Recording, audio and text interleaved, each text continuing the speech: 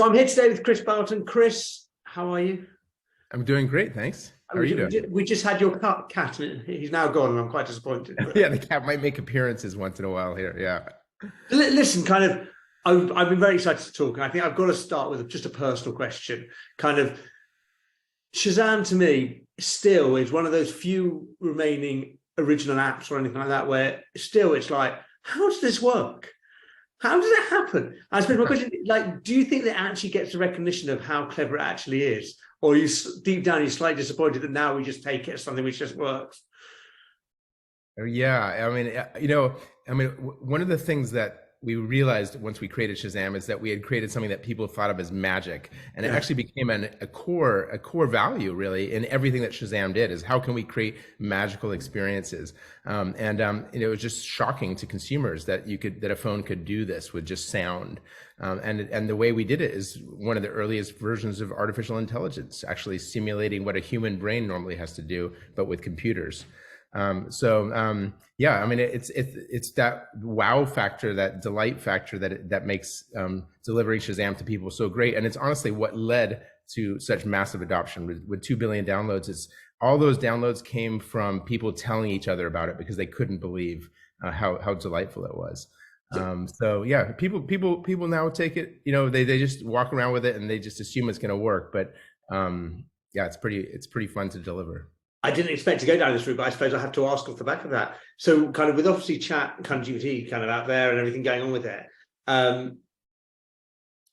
did Shazam, like, kind of, because it was packaged up so nicely, none of us clocked onto it was an early form of AI, and therefore we were quite much happier to accept it than maybe what we're all fearing now as computers take over the world.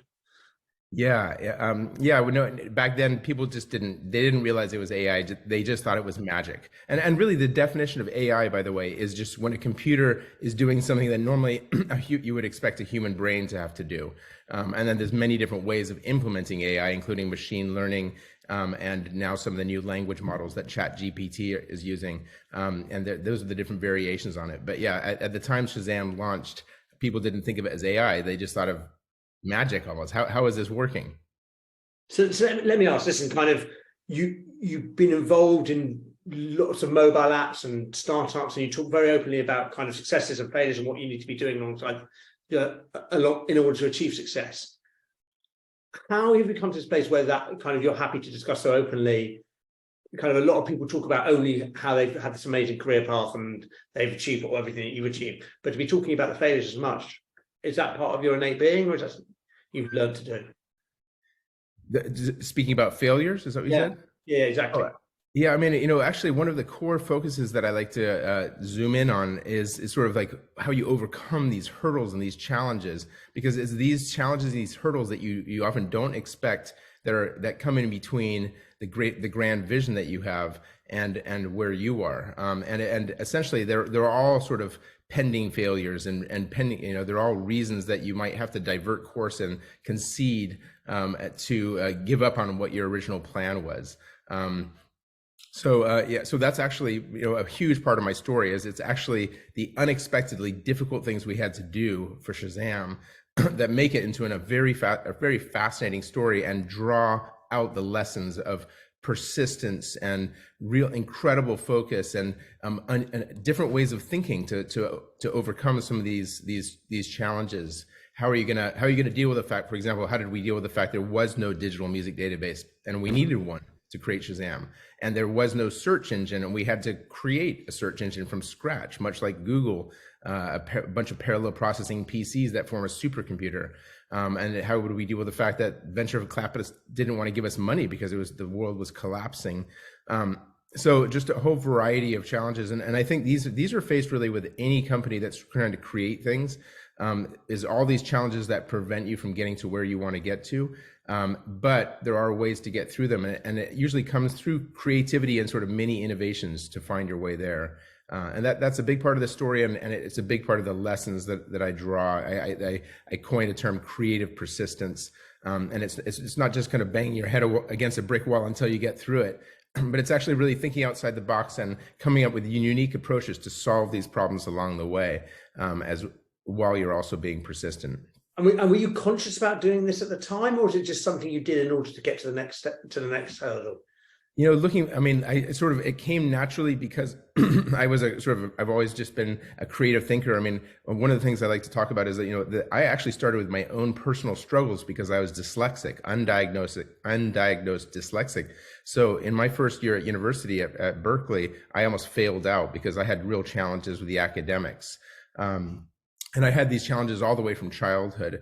But what it caused me to do is to think differently. I had to think, how am I going to be different? How am I going to survive in this world of very accomplished people? And my way was to come up with my own ways of thinking and my own ways of solving problems. And it turned out that these ways are actually ways that are fundamentally used by many big innovators like Steve Jobs, Henry Ford, even Leonardo da Vinci. First principles, they're commonly known as. I call them build from basic truths, but I like to speak about that different way of thinking, ways that are not the default ways of thinking, but when you think these ways, you can come up with really unique solutions, breakthrough solutions, and that's a big part of the Shazam story. So I guess they sort of came naturally as a result probably of my own struggles and coping mechanisms with the dyslexia. And then they came also as a result of the fact that I just happened to be a very persistent guy. And so I had a dream, and I was just really, really like focused on achieving that dream despite the naysayers along the way. And so that's the second part, is the combination of that persistence and that different way of thinking that really led to incredible sort of outcomes through execution and creativity. I wanted to ask you about your dyslexia because you are very open about it. And I think kind of what interested me, there's a lot of conversation about neurodivergence and talking about people who think differently. How much more are we aware in society of neurodivergency and kind of people who do think differently, or how much still is a system confining those people from actually kind of achieving what they can achieve? I think, my son is dyslexic and he has special education in his school. He's pulled aside for 2 of the, I think, 7 or 8 classes per day to get special assistance in. He's very smart, very creative and very smart, but, struggles to learn in the traditional ways because of his dyslexia. Thankfully, there are much better systems now in schools to identify some of these learning disabilities and recognize that they're not just simply that the child is not able to learn, but that they just have their own challenges. But still, I do think that true sort of mainstream understanding of this sort of neurodivergence is not yet there. I mean, because I'll ask my son, and when he talks about what one teacher asked him to do, and say a math teacher or a science teacher, and I think to myself, wow, they clearly don't understand dyslexia, because that's just not something that's going to work for a dyslexic. And it's hard for everyone to understand how everyone thinks. The human brain is as different among us as everything else about us, the way we look and our eye color and the shape of our face, and it's also very, very different. But you can't see that; it's sort of hidden away. And so I think that we still have a long way to go to fully appreciate the differences in the way people think and see the world. Chris, on that note and those thoughts, thank you so much for your time. Been fantastic speaking to you. It's been great talking to you. Thank you.